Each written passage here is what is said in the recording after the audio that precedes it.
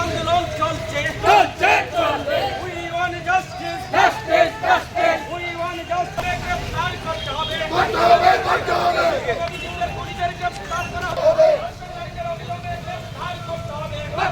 করতে হবে। ইনকলাব জিন্দাবাদ। ইনকলাব জিন্দাবাদ। সত্যের বিরুদ্ধে রাষ্ট্রের এই মিছিলে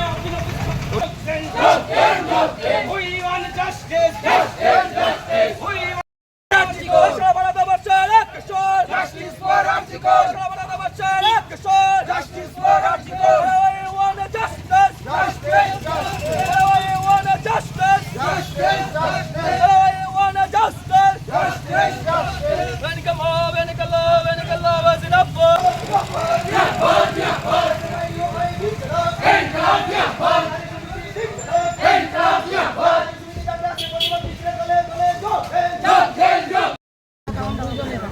এসএফআই, ডিওয়াইএফআই, সারা ভারত গণতান্ত্রিক নারী সমিতি সহ অন্যান্য বামপন্থী গণসংগঠনগুলোর যৌথ উদ্যোগে সারা ত্রিপুরা রাজ্যের সাথে আজকে ধর্মনগরেও আমরা প্রতিবাদ বিক্ষোভ মিছিলে সামিল হচ্ছি।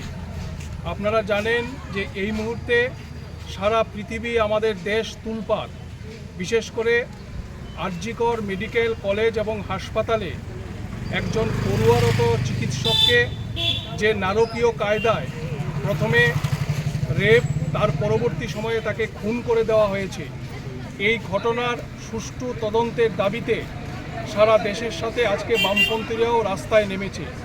একই সাথে আমরা পাশাপাশি দাবি করতে চাই, শুধু পশ্চিমবাংলার ধর্মনগর মহকুমার এসএফআই, ডিওয়াইএফআই, টিউএস, যুব সংগঠন, নারী সংগঠন সহ আমাদের বামপন্থী অন্যান্য গণসংগঠনের কর্মীরাও এখানে উপস্থিত হয়েছেন।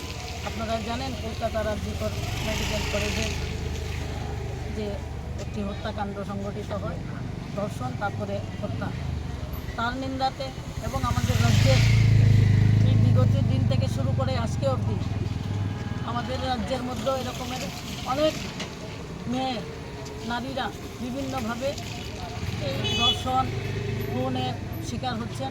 তার সঙ্গে সঙ্গে শুধু তাই না, এটাকে শুধু ত্রিপুরা রাজ্য অথবা পশ্চিমবাংলার দিকেই দেখলে চলবে না, সারা দেশের মধ্যে আজকে মহিলারা কোনো নিরাপদ আশ্রয়স্থল বলতে আমরা ভারতবর্ষটাকে মেনে নিতে পারছি না।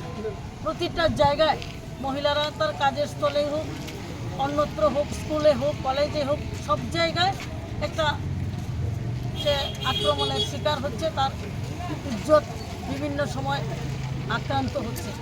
তার সঙ্গে সঙ্গে শুধু নারীদের কথা বললে হবে না, আমাদের রাজ্যের অন্যান্য অংশের মানুষ, আমাদের যুবকরা, ভাইয়েরা, শিক্ষকরা বিভিন্নভাবে রাজনৈতিকভাবে তারা আক্রমণের শিকার হচ্ছেন, অন্য অন্য কাজকর্মের তার হেনস্থার শিকার হচ্ছেন। আমরা এই যে কিছুদিন আগেই আমাদের উদয়পুরের অভিজিৎ দে, আপনারা শুনেছেন, আমার ভাই বলেছে, তার যেই হত্যাকাণ্ডটা, এখানে পুলিশের ভূমিকা, পুলিশের হেফাজতে সে আক্রান্ত হলো, মৃত্যুবরণ করলো। আমরা জানলাম যে তার পোস্টমর্টমটা পর্যন্ত করা